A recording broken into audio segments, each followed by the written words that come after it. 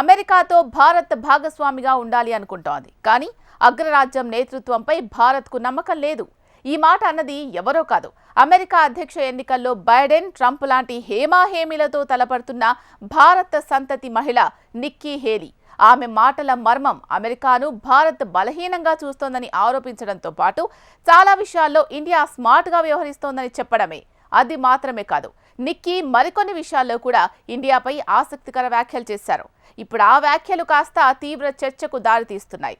ఇంతకు భారత్ అమెరికా రిలేషన్లపై నిక్కీ చేసిన ఆ కామెంట్స్ ఏంటి? అమెరికా నాయకత్వాన్ని ఇండియా విశ్వసించడం లేదు అన్న ఆమె ఆరోపణల్లో నిజమెంత? అమెరికా నాయకత్వాన్ని ఇండియా విశ్వసించడం లేదా? అమెరికాతో పాటు రష్యాతో దోస్తీ వెనుక వ్యూహం అదేనా? ఇండియా స్మార్ట్ గా వ్యవహరిస్తోందని నిక్కీ ఎందుకన్నారు? పఠించేది శాంతి మంత్రం, ఆచరించేది యుద్ధ తంత్రం. ప్రపంచానికి పెద్దన్నాని తనకు తాను భావించుకునే అమెరికా చాలా దూరం వెళ్లిపోయింది. అమెరికా ఏం చేసినా తన స్వార్థం తప్ప ప్రపంచ ప్రయోజనాలు పట్టవని ఇప్పుడిప్పుడే ప్రపంచానికి అర్థమైపోతోంది. మిత్ర దేశాల పట్ల ఆధిపత్య ధోరణి దశాబ్దాల తరబడి అమెరికా విదేశాంగ విధానంలో ఉన్న దౌర్జన్యం. ఈ దౌర్జన్యాన్ని భారత్ 2 దశాబ్దాలకు పైగా సహించాల్సి వచ్చింది. కానీ కేంద్రంలో బీజేపీ అధికారంలోకి వచ్చిన తర్వాత సీన్ మారింది. అమెరికా అంటే అగ్రరాజ్యం కాదు, అది చెప్పిన ప్రతిదానికి తల ఆడించాల్సిన అవసరం లేదు, అది కూడా ఓ సంపన్న దేశం మాత్రమే అని భారత్ భావించింది. అమెరికాతో స్నేహం అంటే రష్యాతో వైరం కాదనే చిన్న లాజిక్ ను అప్లై చేసింది. అందుకే ఉక్రెయిన్ రష్యా వివాదంలో అగ్రరాజ్యపు ఒత్తిడిని న్యూట్రల్ అనే న్యూక్లియర్ బాంబు సైజు అస్త్రంతో వైట్ హౌస్ కంపించేలాగా తిప్పికొట్టింది. సింపుల్ గా చెప్పాలంటే అమెరికా విషయంలోనే కాదు, అంతర్జాతీయ రాజకీయాల్లో చాలా స్మార్ట్ గా వ్యవహరించింది.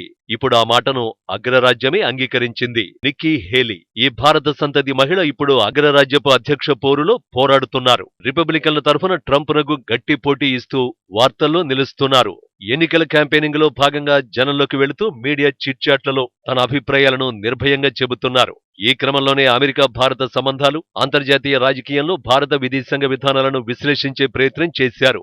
అమెరికాకు భారత్ భాగస్వామిగా ఉండాలనుకుంటోందని, కానీ అగ్రరాజ్యం పెద్దన్న పాత్ర పోషించడంపై మాత్రం ఇండియాకు విశ్వాసం లేదన్నారు నిక్కీ. ప్రస్తుతానికి భారతదేశం అమెరికాను బలహీనంగా చూస్తోందనేది నిక్కీ మాట. భారత్ చాలా స్మార్ట్ గా వ్యవహరిస్తోందని, అమెరికాతో స్నేహాన్ని కొనసాగిస్తూనే వెపన్స్ అందించే రష్యాకు సన్నిహితంగా ఉంటూ వస్తోందని చెప్పారు. ఇదే సమయంలో అమెరికా వైఖరిని కూడా తప్పుబట్టారు. అమెరికా ప్రస్తుతం మధ్యప్రాచ్యంపైనే అధికంగా ఫోకస్ చేస్తోందని, అలా కాకుండా ఇతర భాగస్వాములతోనూ సత్సంబంధాలు నిర్మించుకోవాల్సిన అవసరం ఉందని ఆమె అన్నారు. ఇండియా స్మార్ట్నెస్ ని నిక్కీ హేలీ బాగానే విశ్లేషించారు. ఇదే సమయంలో అమెరికా స్వార్థాన్ని పరోక్షంగా ప్రస్తావించారు. ఒకప్పుడు ప్రపంచానికి అమెరికా చెప్పిందే వేదం, చేసిందే చట్టం అనేలా ఉండేది. అదంతా అమెరికా స్వార్థం బయటపడక ముందు. ఇప్పుడు ఆ దేశ స్వార్థం బయటపడిపోయింది. తనకు అవసరం లేకుంటే ఎవరినైనా తీసి పక్కన పెట్టేయడం అమెరికా స్టైల్. అదే ఎవరితో అయినా అవసరం ఉందనిపిస్తే వాళ్ల వైపు న్యాయం లేకపోయినా వంత పాడటానికి, వివాదాల్లో వేలు పెట్టడానికి ఆ దేశం అందరికంటే ముందుంటుంది. మన విషయంలోనే అమెరికా వైఖరి చాలా అంశాల్లో తేలిపోయింది. భారత్ను అత్యధిక ప్రాధాన్యమిచ్చే మిత్రుడిగా చెప్పుకునే పెంటగాన్ ఉక్రెయిన్ రష్యా యుద్ధం విషయంలో ఎంత ఒత్తిడి చేయాలో అంతా చేసింది. రష్యాకు వ్యతిరేకంగా ఉక్రెయిన్ కు మద్దతుగా నిలవాలని ఆదేశించినంత పని చేసింది. రష్యా నుంచి ఆయిల్ దిగుమతులపైన గగ్గోలు పెట్టి ప్రపంచం ముందు ఇండియాను విలన్ చేసే ప్రయత్నాలు చేసింది. కానీ తనకంటూ సొంత నిర్ణయం ఉంటుందని, తాను ఎవరి వైపు నిలిచే ప్రసక్తే లేదని మోడీ సర్కారు తేల్చి చెప్పింది. ఈ ఒక్క నిర్ణయంతోనే ఇండియా సత్తా ఏంటో ప్రపంచం మొత్తానికి తెలిసొచ్చింది. ఆ తర్వాత యుద్ధం విషయంలో అమెరికాను గుడ్డిగా నమ్మి తాము చేసిన తప్పేంటో ప్రపంచ దేశాలన్నీ గుర్తిరిగాయి. ఇక్కడ అమెరికా ఎంత స్వార్థ దేశమో ప్రపంచానికి తెలిపింది కూడా ఇండియానే. అమెరికా స్వార్థాన్ని అర్థం చేసుకోవడానికి మరో ఎగ్జాంపుల్ ఖలిస్తానీ ఎపిసోడ్.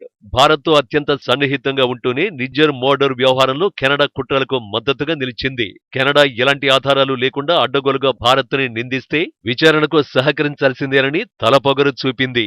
ఇక్కడితో కూడా ఆగలేదు. భారత్లో విధ్వంసం సృష్టిస్తానంటూ రెచ్చిపోయి ప్రకటనలిచ్చిన 6 ఫర్ జస్టిస్ చీఫ్ పన్ను విషయంలోనూ వివాదాన్ని రేపింది. పన్ను హత్యకు కుట్ర జరిగిందని, ఆ కేసులో మన దేశం విచారణకు సహకరించవలసిందేనని పట్టుబట్టింది. నిజానికి గురు పత్వంత్ సింగ్ పన్ను అనేవాడు ఓ అంతర్జాతీయ ఉగ్రవాది అన్న విషయం అమెరికాకు తెలుసు.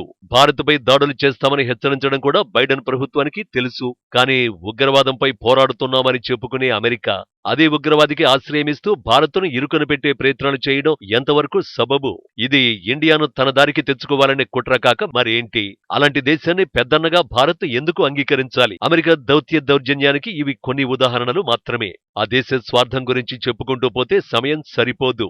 అందుకే ఇండియా ఆ దేశాన్ని ఓ సంపన్న దేశంగా మాత్రమే చూస్తుంది తప్ప పెద్దన్న హోదాలో ఎప్పుడూ చూడదు, చూడాలనుకోదు కూడా. వాస్తవానికి అమెరికాకు కూడా తన హోదా ఏంటో చాలా కాలం క్రితమే తెలిసొచ్చింది. తమ దేశ గొప్పదనం తగ్గిందని అంగీకరిస్తోంది. అందుకే ప్రస్తుత అధ్యక్ష ఎన్నికల్లో మేక్ అమెరికా గ్రేట్ అగైన్ అని నినదిస్తోంది. కానీ అది ఎప్పటికీ జరగని పని. ఎందుకంటే ఇప్పుడు ప్రపంచం ఒకరి అడుగుజాడల్లో నడవాలని అనుకోవడం లేదు. సొంత కాళ్లపై నిలబడాలనుకుంటోంది. దానికి తొలి అడుగు ఇండియాతోనే మొదలైంది.